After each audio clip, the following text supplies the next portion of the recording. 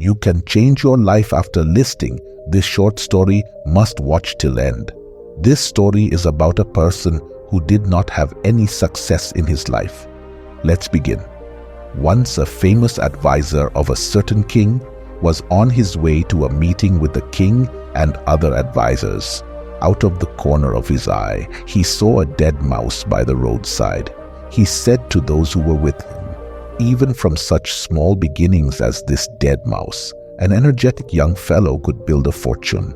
If he worked hard and used his intelligence, he could start a business and support a wife and family. A passerby heard the remark. He knew this was a famous advisor to the king, so he decided to follow his words. He picked up the dead mouse by the tail and went off with it. As luck would have it, before he had gone even a block, a shopkeeper stopped him. He said, "My cat is very hungry and is bothering me a lot. Can you please give it to me?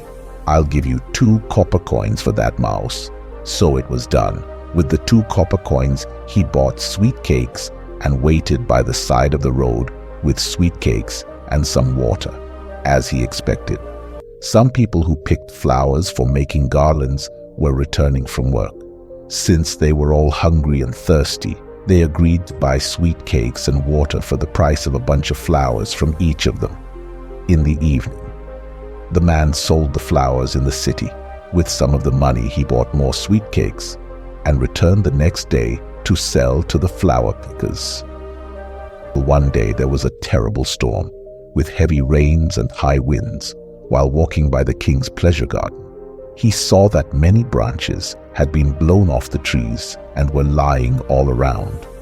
So he offered to the king's gardener that he would clear it all away for him if he could keep the branches.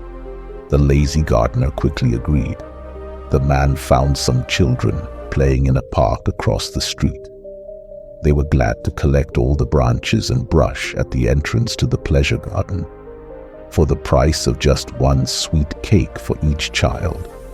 Along came the king's potter, who was always on the lookout for firewood for his glazing oven.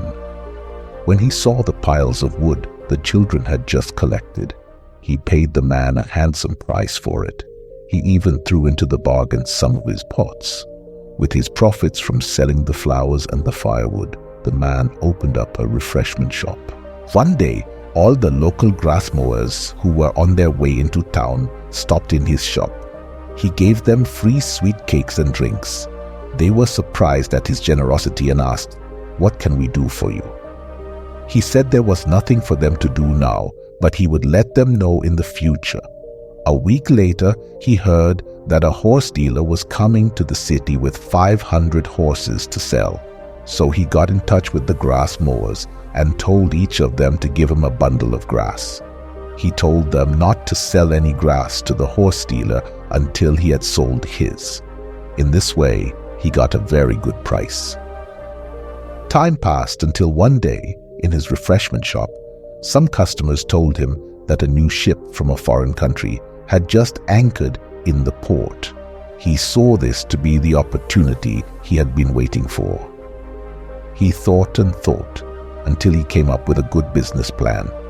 First, he went to a jeweler friend of his and paid a low price for a very valuable gold ring with a beautiful red ruby in it.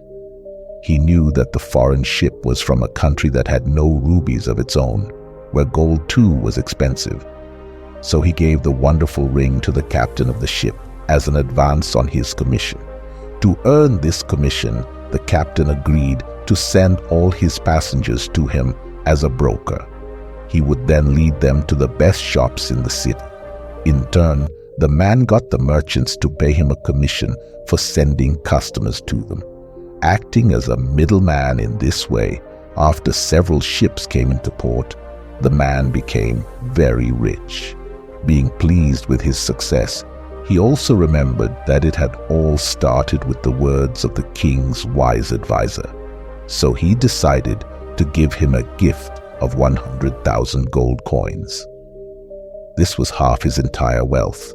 After making the proper arrangements, he met with the king's advisor and gave him the gift, along with his humble thanks.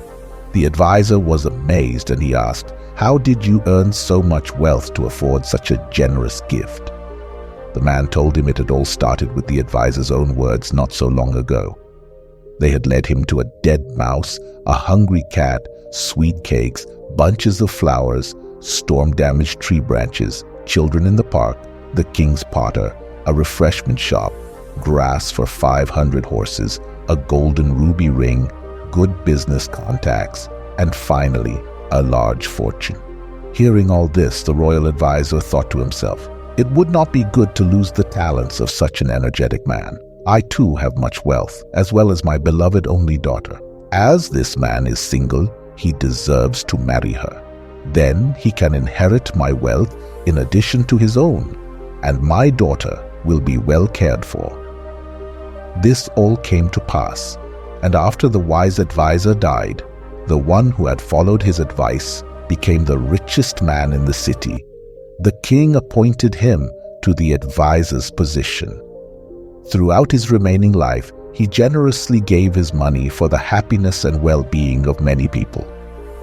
The moral is, with energy and ability, great wealth comes even from small beginnings. So remember, great wealth can come from even the smallest of beginnings.